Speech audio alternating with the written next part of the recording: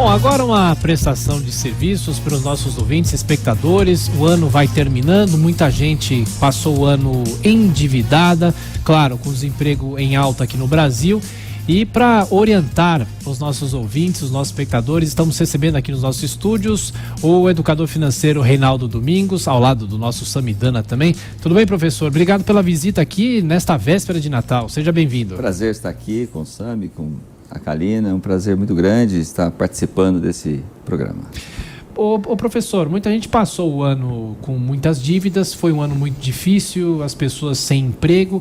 Como é possível orientar as pessoas em relação à educação financeira se a pessoa está sem emprego, está sem renda? É difícil, professor? É hora de faxina financeira, né, Tiago? O grande problema hoje das pessoas é realmente a ausência de receita recorrente. Quando você ainda tem um salário, mesmo que não seja muito alto, você tem um valor entrando todos os meses. Quando você não tem, no máximo que você tem é o seguro-desemprego de 5, 6 meses no máximo. Isso significa que você perdeu a receita recorrente. Aí a necessidade da educação financeira para você ter o quê? Uma reserva financeira. Esse é o grande problema. Ainda quando você é demitido, você tem ainda o fundo de garantia, que é para recorrência, para que você possa fazer o uso dele. Mas se você derretê-lo em muito pouco tempo, por isso a necessidade de uma redução drástica no padrão de vida, no custo de vida. Perdeu o emprego, automaticamente operação de guerra nos gastos. É preciso, Kalina, reduzir todos esses gastos. Professor, agora cada vez mais, eu sei que você é um autor de muitos livros, de maior sucesso em livros infantis, e agora a educação financeira tem chegado. Começou com as escolas privadas, as escolas que tinham mais acesso, agora o governo está fazendo. Só que tem um problema, né? Assim, as crianças, tudo bem, a gente começa a educar, mas precisa educar os adultos, assim. Qual que é o caminho, assim? Qual é a forma de a gente levar a educação financeira para a população, para a massa dela? O grande problema está aí, né, Samir? A gente sabe disso, que falta professor. A maior parte dos professores do Brasil, tanto pública como privados, estão com problemas sérios de não terem também educação financeira. Então, nós temos a grande parte deles com problemas de endividamento e até inadimplência.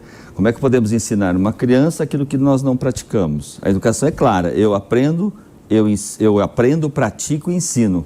Eu não aprendi, eu não pratiquei, como vou ensinar? Aí tem a educação financeira que leva realmente a programas como a SOP tem hoje, faz um trabalho de capacitação. Existe uma pós-graduação de educação financeira desde 2009. Antes mesmo da ENEF começar no Brasil, eu já tinha iniciado um processo de treinamento e desenvolvimento lato sensu. Hoje existe, lato sensu, 4 especialidades em educação financeira, existe um mestrado e um doutorado internacional. Tudo isso para tentar buscar aí uma reparação, mas é muito pouca perto da necessidade de centenas aí de milhares e milhões de professores que nós temos, uma cadeia de 50 milhões de alunos. É praticamente muito difícil. Nós teremos aí que sofrer um pouquinho. A Base Nacional Comum Curricular trouxe a educação financeira como obrigatória a partir de 2020, mas existe aí uma reparação que vai acontecer nos próximos 5, 10 anos, eu acredito. Mas enquanto isso não acontecer, nós que somos das nossas casas temos que fazer a nossa lição de casa. Eu sempre falo que é possível ensinar uma criança mesmo ainda sem ir para a escola, sim, mas é preciso que os pais também se eduquem. Então é um processo, trata-se de uma ciência comportamental, uma ciência humana, não é uma ciência exata, não estamos falando de números, e aí nós temos a necessidade de levar aí o maior possível caminho de educação financeira, levar uma metodologia comportamental, porque sem metodologia também, você sabe, não ensina. Então é um processo que vai demorar aí alguns tempos pela frente, mas natural de qualquer outro conhecimento que não tinha chegado dentro das escolas. Professor, ontem, inclusive, a gente noticiou aqui no Jornal da Manhã que para o ano que vem a poupança, que é um investimento tão tradicional dos brasileiros, vai ficar ainda menos atraente. Para quem for começar agora a investir, qual é o melhor lugar, a melhor solução? Eu tenho um dinheirinho guardado, que eu tenha R$5.000 guardados hoje. Onde que eu investiria? Kalina, quando a gente fala em remuneração de dinheiro guardado, poupança, tesouro direto, qualquer que seja o investimento, ele vai render aí no máximo 5%, 6%, 4,5% Selic e tal. Nós temos hoje, o grande problema eu estou deixando de fazer a lição principal da minha vida. Eu deixo de fazer aquilo que precisa ser feito, que é o quê? O consumo. Eu preciso reduzir 20%, 30% no meu consumo. Não adianta só eu querer fazer a potencialização do dinheiro, e aí o Samir sabe melhor que eu nessa área de investimento, que não dá para a gente ficar esperando ganhar 3%, até no máximo 3% na cadeia de poupança, ou na Selic 4,5%, ou ainda você aventurar nas rendas variáveis, que são de riscos também. É necessário que a gente faça um trabalho nas nossas casas, que a gente reduza 20%, 30%. Agora, quando a gente coloca um dinheiro guardado, você precisa saber 3 coisas dele. Para que eu estou guardando esse dinheiro? Tem que ter um carimbo nele, senão eu vou guardar, assim como uma criança guarda dinheiro dentro do cofrinho, no dia seguinte ela tira. É necessário que a criança guarde sonhos dentro do cofrinho, guarde de desejos. Então nós adultos temos o mesmo problema, Karina. Nós precisamos colocar que dentro daquela aplicação, que aquele dinheiro que eu quero guardar, eu preciso saber o tempo que eu quero guardar. Se for curto prazo, Tesouro Direto, caderneta de poupança, até CDB. Quando é médio, aí você tem CDB, Tesouro Direto, aí você tem Selic, aí você tem LCI, LCA, você tem outros tipos de investimento. Quando é longo, você pensa numa previdência, numa aposentadoria, ou até mesmo, aí sim, partir para ações, bolsa de valores, que não, para mim, não é um investimento, e sim um empreender. Eu estou comprando ações de alguém. Se essa empresa quebra, eu quebro junto. Se ela ganhar, se ela valorizar, eu valorizo junto. Paga-se dividendos e paga-se juros sobre capital. Então, nós estamos falando de empreendimento, quando a gente vai para a Bolsa. Por isso, a necessidade de estar sempre acompanhada de profissionais habilitados nessa área. Aqui conosco o professor Reinaldo Domingos, que é educador financeiro. Professor, o Rodrigo Constantino participa também da nossa entrevista e ele está nos Estados Unidos e vive em dólar. Como é viver em dólar, Rodrigo Constantino? Ganhando em reais é duro. Não, eu quero aproveitar a presença do professor e perguntar o seguinte: no Brasil nós temos um longo caminho à frente na questão de educação financeira, uma população nem só infantil, adulta, que não sabe às vezes a diferença entre juros simples e juros compostos. Então esse é um esforço que todo mundo tem que ter nessa direção. Eu mesmo fiz até um curso online sobre educação financeira voltado para jovens, que eu vi como a garotada, os amigos da minha filha não tinham a menor noção disso. Mas o que eu queria perguntar para o professor é justamente a diferença cultural. Qual a importância que ele dá a esse fator cultural? Ele já deu sinalizações disso aí nas respostas. Porque, por exemplo, aqui nos Estados Unidos, a primeira coisa que você percebe é que os americanos fazem conta anual. Eles pegam um salário e analisam sempre no ano, enquanto que o brasileiro fala em termos mensais, até por um histórico de inflação elevada e tudo mais. Isso já muda o horizonte. Outra coisa importante que pode parecer boba, mas não é que no Brasil a gente pergunta quanto dinheiro você ganha, como se fosse um maná dos céus. E aqui é how much money do you make? Quer dizer, é implícita a ideia de que você tem que fazer alguma coisa para receber o dinheiro em troca, né? Então, como é que o senhor avalia essas questões culturais no Brasil e o que a gente pode fazer a respeito?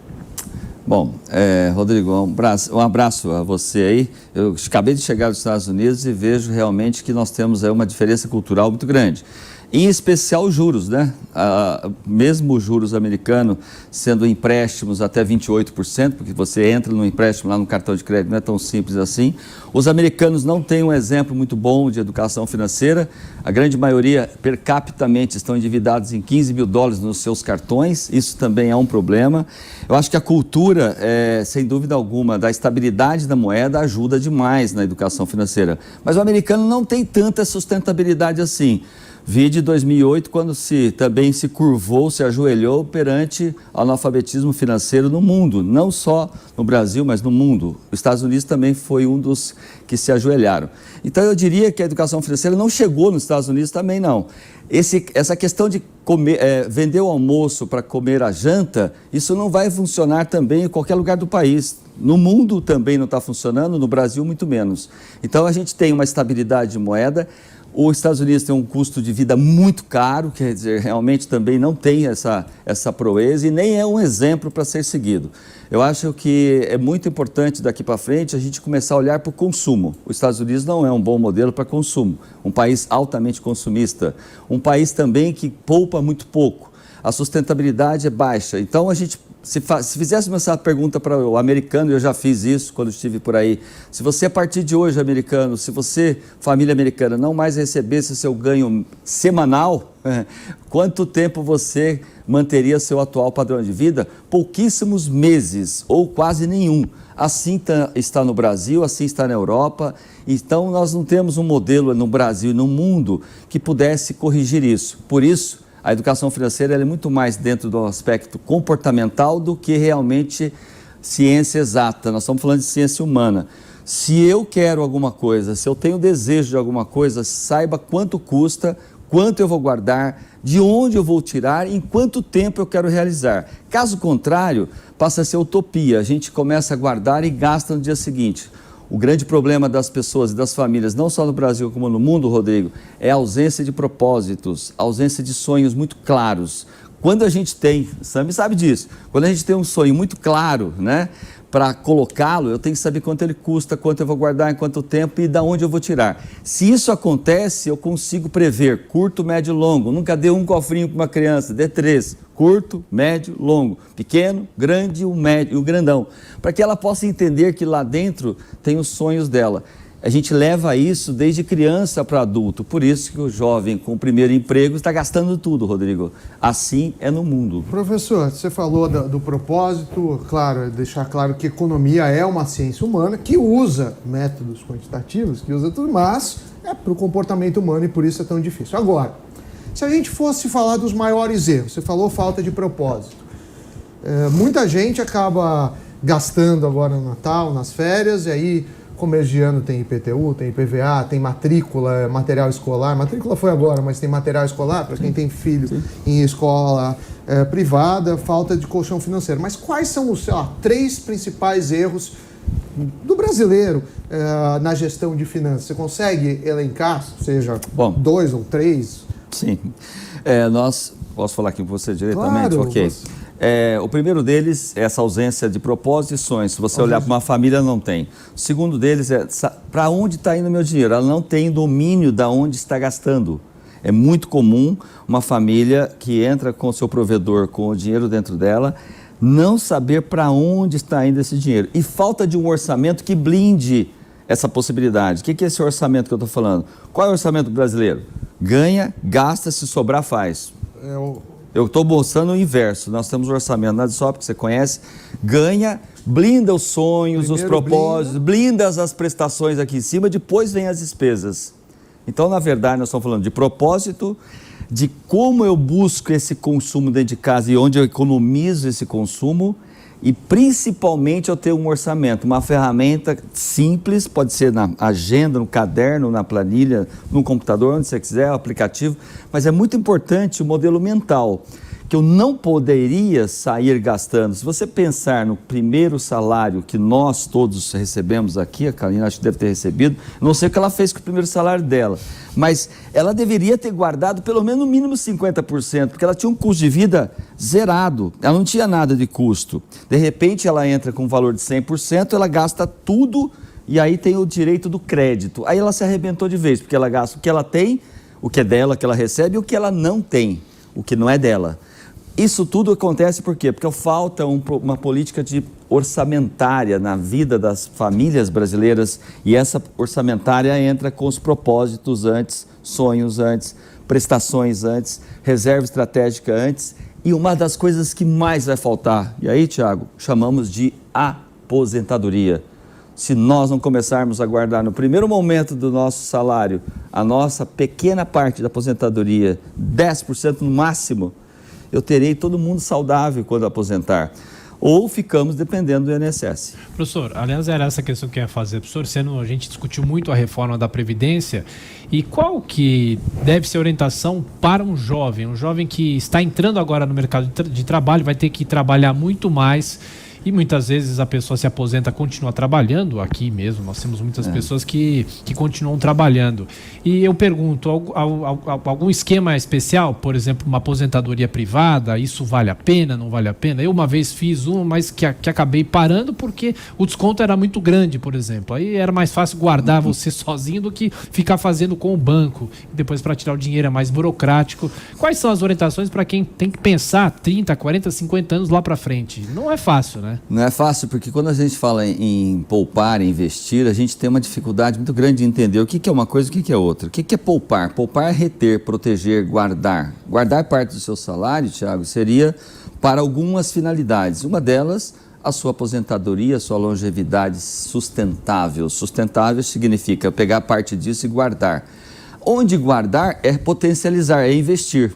Aí você vai colocar onde? Eu posso pensar numa previdência privada, quando você fala em, eu guardei em previdência, mas estava muito custo, taxa de carregamento, taxa de administração. Isso. Hoje diminuídos foram também, mas não necessariamente. Eu posso ter ações, eu posso ter uma parte em ações, 10%, 15%, 20% em ações de primeira linha, eu posso ter isso.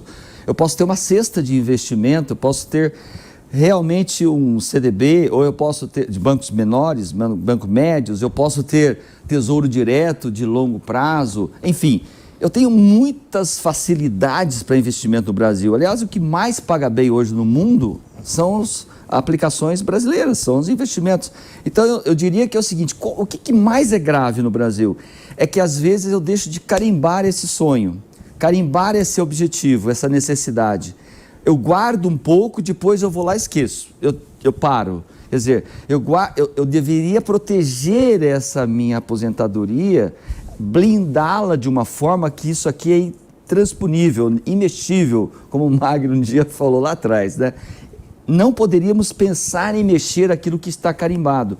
E a gente não fez essa lição de casa. As pessoas até querem e guardam algum dinheiro, mas no dia seguinte ela vai e tira. Porque ela aprendeu nos hábitos da sua infância a não guardar. Então, nós somos só reflexo de uma criança um pouquinho mais com idade. Nós continuamos gastando mais porque não temos claramente o que a gente quer fazer com o nosso dinheiro. Principalmente a aposentadoria, que é longe, né? Uma longevidade significa guardar por 10, 20, 30, 40 anos. Isso não é fácil. Uma coisa é certa, se a gente não fizer essa lição de casa, nós teremos, além dos 33 milhões de brasileiros aposentados e pensionistas no Brasil, que não têm sustentabilidade, somente 1% deles têm, nós teremos mais outros que estão nesse caminho. Então não dá para ter hoje somente um INSS, esquece. Tem que pensar também em ter uma complementação disso. Aí o Brasil está cheio, lotado de investimentos para que você possa fazer com muita tranquilidade. Sabedor que isso também, sem uma estrutura da sua vida pessoal e familiar, no que se refere a consumo, não vai resolver só os investimentos. Hoje não dá mais para você pensar que a parte de investimento vai sustentar a sua vida pelo resto dela se você não cuidar bem do seu aspecto estrutural de família. Não dá, porque hoje o custo de vida aumenta 15% ao ano, enquanto que uma aplicação média paga 6% ao ano. Essa conta não fecha, então eu tenho que reparar esse dano, essa causa, esse prejuízo dentro do meu dia a dia, do meu custo de vida, e chamamos isso de família. Agora, professora, a gente está falando dos jovens por serem imediatistas, às vezes faltar isso de sonho, meta, foco. Vamos supor assim, um jovem adulto hoje, já na faixa dos seus 35 anos, que não fez nenhum investimento e não pensou num futuro, numa aposentadoria aos 20, quando entrou no mercado de trabalho. Quando ele está nos seus 35, 40 anos, ainda dá tempo de investir numa previdência? Como é que faz? Sempre há tempo, Kalina, sempre há tempo. Pelo amor de Deus, quem sou eu aqui para falar que não existe o tempo? Primeiro que nós temos uma expectativa de vida cada vez mais alongada, né? E aí preocupa-se mais ainda, porque cada vez mais vamos precisar de mais recursos para a longevidade ser sustentável. Agora, Quando eu estou com 35, 40, eu estou no meu ápice, né, da minha produtividade. É o momento de parar tudo. Tem que ter um sacrifício, é lógico. Vai ter que ter uma faxina financeira, é lógico. Fazer um bom diagnóstico, sim. Vai ter que derrubar custos. Para derrubar custos, precisa deixar algumas coisas de lado para canalizar energia para outro. Qual o segredo disso? Família. Se eu não voltar para minha família, onde tem 80% dos meus custos, onde acontece realmente meus custos, eu não consigo fazer essa participação. Por isso a necessidade que as crianças estejam envolvidas nesse propósito, porque é possível sim, 30, 40, até 50, 60 anos é possível, eu sempre falo. É que é o seguinte, se eu começar antes, quando eu tiver no primeiro salário meu, o sacrifício será menor. Quando eu começo muito mais próximo de 60 anos, 70 anos, aí fica muito mais difícil, porque o meu sacrifício será maior, meu aporte terá que ser maior. Rodrigo Constantino, mais uma pergunta. Professor, tudo que eu estou extraindo aí da fala do senhor é realmente aquela história da formiga e da cigarra na fábula, e nós temos que ser mais formiga e menos cigarra. Nós estamos naquela época do ano onde todo mundo faz 1000 promessas para o ano novo e não cumpre. A pergunta que eu faço é essa, né? A disciplina é fundamental nisso tudo que o senhor está dizendo. O senhor recomendaria, por exemplo, ao nosso ouvinte, telespectador, que todo mês tirasse uma parcela definida e alocasse num ativo específico que ele decida antes, para ele criar esse hábito da poupança, até porque o brasileiro gosta daquela coisa que se cabe no orçamento, ele vai gastando mais e nem faz a conta de quanto está pagando de juros implícito naquela parcela. Essa é a cultura da cigarra brasileira, né? Então, o senhor recomendaria um trabalho de disciplina dessa forma para ir criando o hábito da poupança e do investimento? O senhor acha isso um caminho adequado? Rodrigo, exatamente isso. Eu acho que o que está faltando para as pessoas e famílias é você realmente imaginar o seguinte: a partir de hoje, eu deixei de ter um salário. Exemplo, vou colocar, eu ganho 3 mil reais aqui, nem vou falar em dólar, viu, Rodrigo? Porque vou falar no português aqui no Brasil, no real, tá bom? 3 mil reais.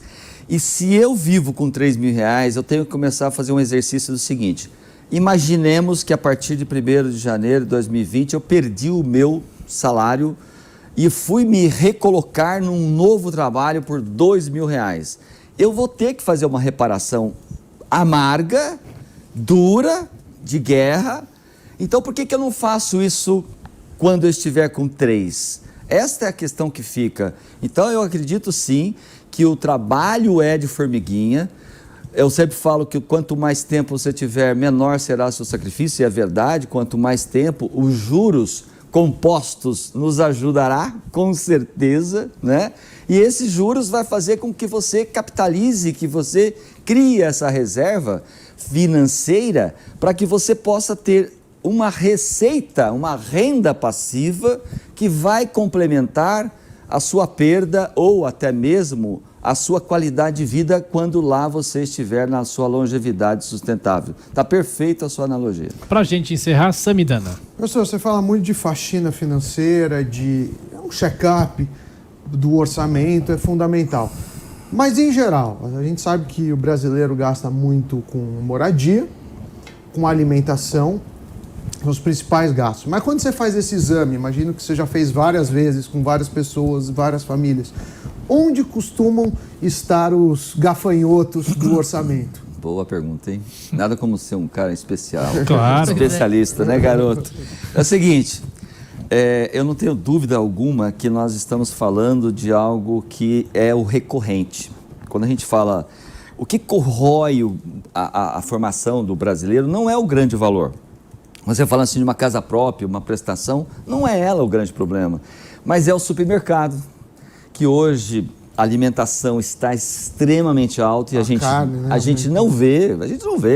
Desde qualquer coisa de alimentação, mesmo que você esteja andando pela rua, agora eu vou comer aqui um salgado, alguma coisa, porque não vai dar para almoçar, desde os pequenos até os grandes. Então, aonde está o grande problema do orçamento financeiro familiar? Estão nos pequenos gastos e nos excessos que a gente tem no dia a dia. Em média, isso é comprovado, a hora que eu estou aí nessa área há algum tempo, Eu formo multiplicadores, educadores financeiros no Brasil, terapeutas financeiros, e a gente vê que cada vez mais o Brasil inteiro aqui tem a mesma problemática, que é gastar mais onde poderia gastar menos. Energia elétrica, água, telefone, supermercado, padaria, todos esses gastos é possível você reduzir anualmente 20% a 30%. Eu falo anualmente por quê? Porque a gente vai acostumando. Eu faço uma redução hoje, faço um check-up, tiro uma fotografia. A partir de hoje, Kalina, nós vamos reduzir nossos gastos em 20%, 30%. Trabalha-se esse gasto, reduz-se. Aí eu vou, mês seguinte, vai indo, parece que eu vou acomodando. É igual regime, é igual a vida física nossa. A gente vai lá no médico, tira um check-up, ó, você está com colesterol, triglicéridos, seu peso está alto, sua pressão, vou diminuir. Aí você diminui, depois você volta de novo, daqui um mês você vai de novo, fala, de novo aconteceu comigo? Esse é o movimento que nós temos também na vida, no cotidiano da família. Aonde está a grande solução? Dentro da sua própria vida, da sua própria família. É comportamental, é um trabalho de garimpo, é um trabalho, mas não é para ficar escravo de ficar anotando todo dia. Uma vez por ano, 30 dias, só 30 dias, tira essa fotografia e propõe para a família, vamos reduzir isso em prol de alguma coisa. A família não vai mudar se você não colocar alguma coisa que ela quer mais. Chamamos isso de propósito e sonhos, ou desejos para a criança. Não dá para falar para a criança, você precisa guardar no cofrinho, se você não falar para ela, olha, se você guardar aqui, você tem esse sonho realizado. É mais ou menos igual a gente. Não dá para chegar na nossa família e falar assim, hoje nós vamos reunir porque eu ouvi lá na Jovem Pan e falamos que tem 30% de excesso em tudo que a gente vai gastar. A partir da manhã vamos reduzir tudo. Não adianta. Você tem que chegar com a proposta vamos falar sobre sonhos, vamos falar sobre propósitos e vamos mostrar quanto custa, vamos mostrar quanto a gente pode guardar. E aí sim, da onde eu vou tirar esse dinheiro? É hora de fazer a faxina, é hora da gente resolver isso. Mas isso tem que ser assim muito legal quando você vai conquistando e aí você faz uma festa para realmente celebrar aquele momento. Chamamos isso de educação financeira. Professor Maravilha. Reinaldo Domingos, olha, mais uma vez, obrigado por estar aqui na Jovem Pan, nesta véspera de Natal. Desejo um bom Natal para o senhor, um excelente ano e obrigado pelas dicas e as orientações que o senhor sempre nos dá. Muito obrigado. Eu que agradeço. Sempre Meu um prazer. mestre aqui, tá tudo de bom para vocês. Obrigado, Kalina, obrigado a todos vocês. Um ótimo Natal, um ano próspero. Espero estar outras vezes aqui para contribuir com esse tema tão importante que é fazer as pessoas realizarem sonhos. É o mais importante. Obrigado. Exatamente. Obrigado. Obrigada, professor.